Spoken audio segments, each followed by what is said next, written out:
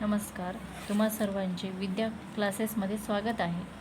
तर आज आपण शिक्षक पात्रता परीक्षा TET याच्यावरचे बालमानसशास्त्र आणि अध्यापनशास्त्र याच्यावरचे महत्त्वाचे 30 प्रश्न पाहणार आहोत.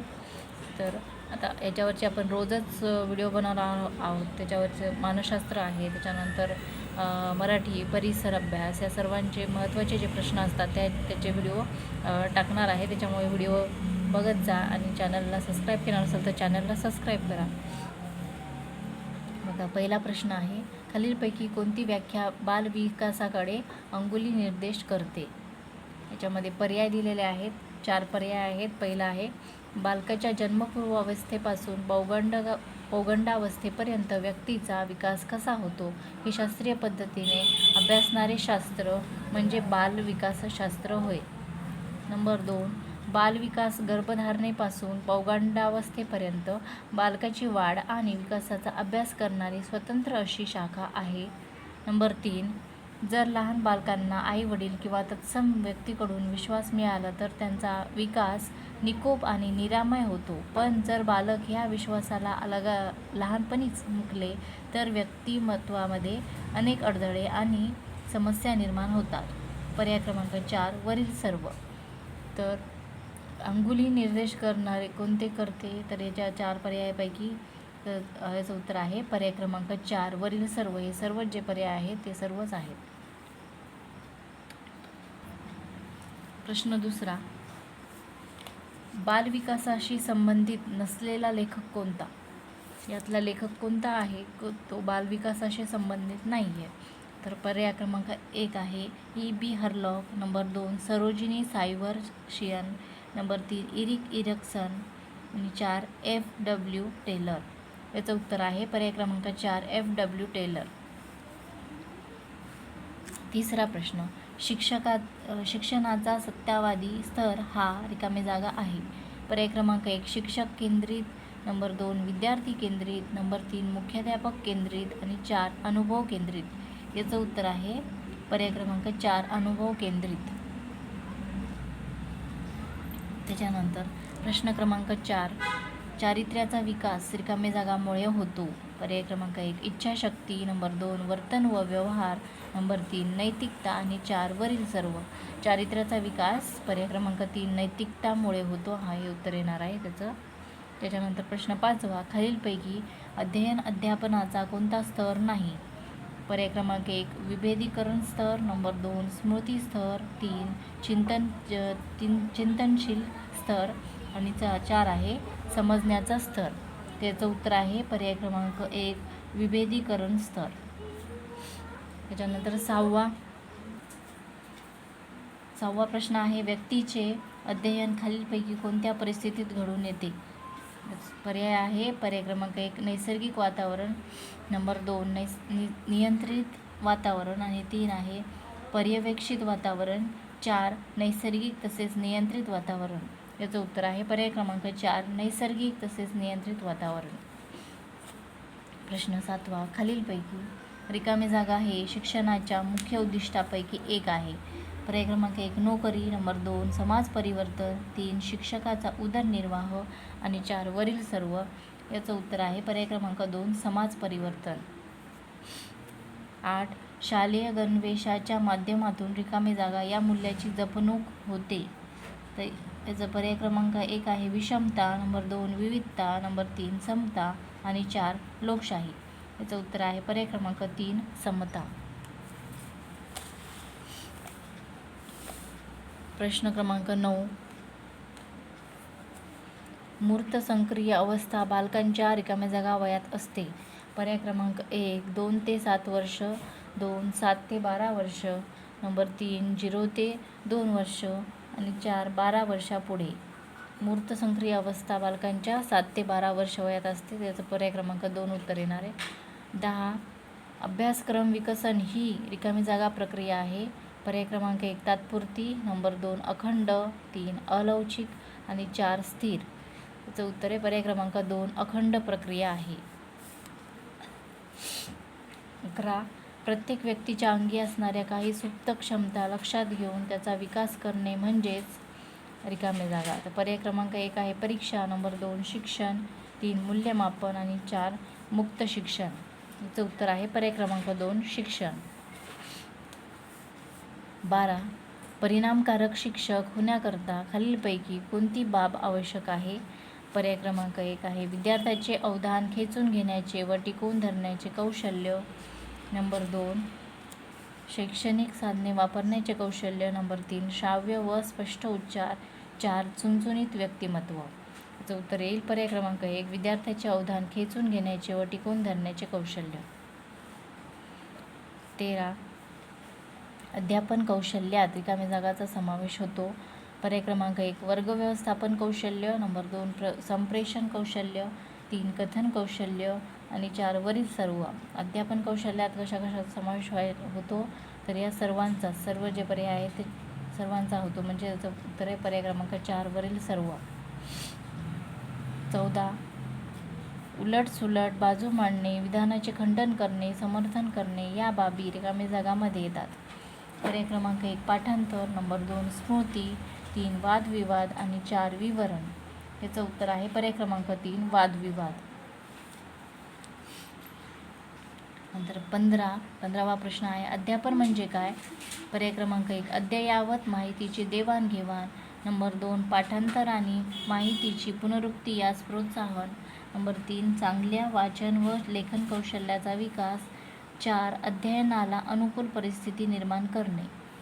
याचं उत्तर आहे पर्याय क्रमांक 4 अध्ययनाला अनुकूल परिस्थिती निर्माण करणे म्हणजे अध्यापन. 16 राष्ट्रविकासासाठी नंबर 1 भविष्यकाळात शिक्षणातील गुंतवणूक वाढवावी, नंबर 2 भविष्यकाळात शिक्षणातील गुंतवणूक कमी करावी, नंबर 3 शिक्षणावरील खर्च निर्धारित करावा आणि 4 केंद्राच्या मर्जीनुसार योजना आखाव्यात. याचं उत्तर आहे पर्याय क्रमांक 1 भविष्यकाळात शिक्षणातील गुंतवणूक वाढवावी. 17वा प्रश्न आहे शिक्षणाचे व्यक्तींचा सर्वांगीण विकास साधला जातो, पण सध्याच्या शिक्षण पद्धतीत मात्र फक्त रिकाम्या जागाचा विचार केला जातो. पर्याय क्रमांक 1 बौद्धिक विकास, 2 भावनिक विकास, नंबर 3 नैतिक विकास आणि 4 शारीरिक विकास. याचं उत्तर आहे बौद्धिक विकास, पर्याय क्रमांक 1. नंतर 18वा प्रश्न आहे रिकामी जागा ह्या द्विध्रुवात्मक शिक्षण पद्धतीतील पायऱ्या आहेत. पर्याय क्रमांक 1 प्राथमिक शिक्षण, नंबर 2 माध्यमिक शिक्षण, नंबर 3 उच्च माध्यमिक शिक्षण आणि 4 वरील सर्व. ह्या सर्वच 1, 2, 3 आणि हे 3 जे पर्याय दिले आहेत हे सर्वच या द्विध्रुवात्मक शिक्षण पद्धतीतील पायऱ्या आहेत. याचं उत्तर येईल पर्याय क्रमांक 4. प्रश्न 19वा रिकामी जागा या शिक्षण प्रक्रियेतील पायरीत शिक्षकाची भूमिका मित्राची व मार्गदर्शकाची असते. पर्याय क्रमांक 1 प्राथमिक शिक्षण, नंबर 2 माध्यमिक शिक्षण, नंबर 3 उच्च माध्यमिक शिक्षण आणि नंबर 4 आहे वरील सर्व. तर पर्याय क्रमांक 3 याचं उत्तर येणार आहे उच्च माध्यमिक शिक्षण या शिक्षण प्रक्रियेतील पायरीत शिक्षकाची भूमिका मित्राची व मार्गदर्शकाची असते. प्रश्न 20वा पूर्व प्राथमिक शिक्षणाचा कालावधी साधारणपणे रिकामी जागा असतो. पर्याय क्रमांक 1 2.5 ते 6 वर्ष, नंबर 2 5 ते 8 वर्ष, नंबर 3 5 ते 10 वर्ष, नंबर 4 3 ते 7 वर्ष. तर याचं उत्तर आहे पर्याय क्रमांक 1 2.5 ते 6 वर्ष. 21वा प्रश्न आहे अध्ययन व अध्यापनावर यांचा परिणाम होतो. पर्याय क्रमांक 1 शारीरिक घटक, नंबर 2 सामाजिक घटक, नंबर 3 परिसरीय घटक आणि 4 वरील सर्व. तर अध्ययन अध्यापनावर याचा परिणाम होतो कशाचा? तर या सर्वांचाच होतो. शारीरिक घटकाचा, सामाजिक घटक आणि परिसरीय घटक सर्वांचाच त्याच्यावर परिणाम होत असतो. 22 वर्गात जेवढे विद्यार्थी कमी असतील तेवढे चांगले, कारण पर्याय क्रमांक वाक्य दिलेले पहिलं आहे अध्यापन परिणामकारक होण्यास मदत होते, नंबर 2 प्रत्येकावर नियंत्रण ठेवता येते, नंबर 3 प्रत्येकाच्या समस्या समजावून घेता येतात आणि 4 हजेरीला कमी वेळ लागतो व स्टेशनरीची सुद्धा बचत होते. तर वर्गात जेवढे विद्यार्थी कमी असतील तेवढे चांगले, कारण काय? तर पर्याय क्रमांक 1 बघू 1, 2 व 3 1, 2, 3 त्यांनी बरोबर म्हटले. नंबर 2 फक्त 1 व 4, 3 फक्त 4 आणि 4 वरील सर्वच. तर कमी विद्यार्थी असतील हे चांगलं का, तर 1, 2, 3 पर्याय. अध्यापन परिणामकारक होण्यास मदत होते, प्रत्येकावर नियंत्रण ठेवता येते आणि प्रत्येकाच्या समस्या समजून घेता येतात. 23वा प्रश्न. हे शालेय घटक अध्ययन अध्यापन प्रक्रियेवर सकारात्मक परिणाम करतात. पर्याय क्रमांक 1 शिक्षकांचे व्यक्तिमत्व. नंबर 2 शिक्षकाचे विषयातील सखोल ज्ञान.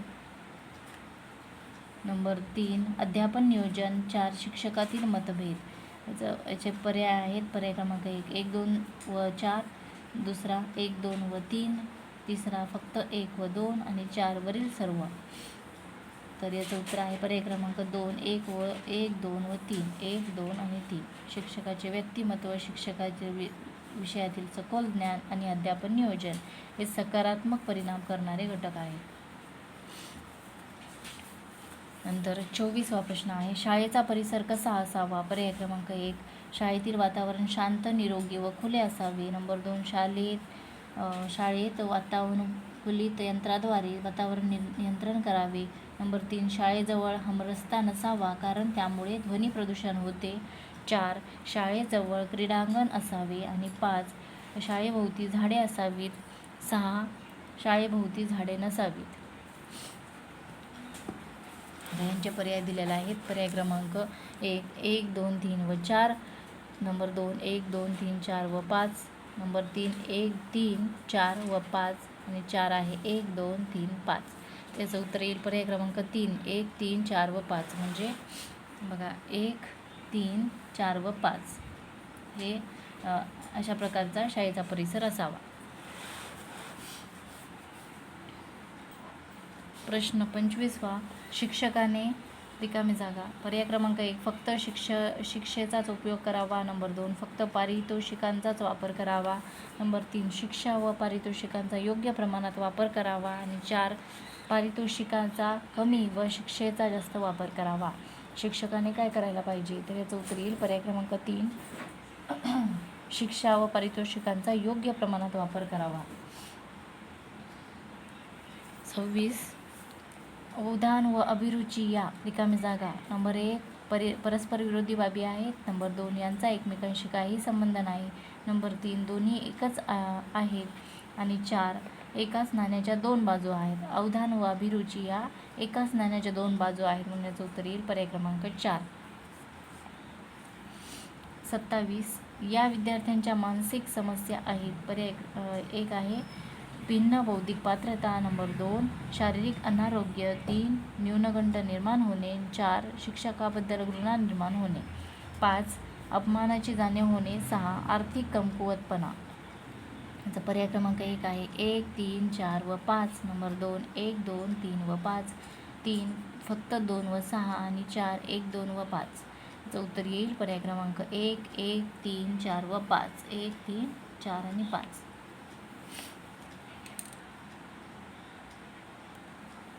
त्याच्यानंतर प्रश्न क्रमांक 28 तुमच्या मते वर्षातून किती वेळा पालक सभेचे आयोजन केले जाते. पर्याय क्रमांक 1 फक्त एकदा शाळा सुरू होण्याच्या वेळी. नंबर 2 दोनदा प्रथम व द्वितीय सत्रामध्ये प्रत्येक 1 वेळा. नंबर 3 दर महिन्यामध्ये किमान एकदा. आणि 4 फक्त एकदा परीक्षा सुरू होण्यापूर्वी. याचं उत्तर पर्याय क्रमांक 2 दोनदा प्रथम व द्वितीय सत्रामध्ये प्रत्येकी एक वेळा. त्याच्यानंतर 29वा प्रश्न आहे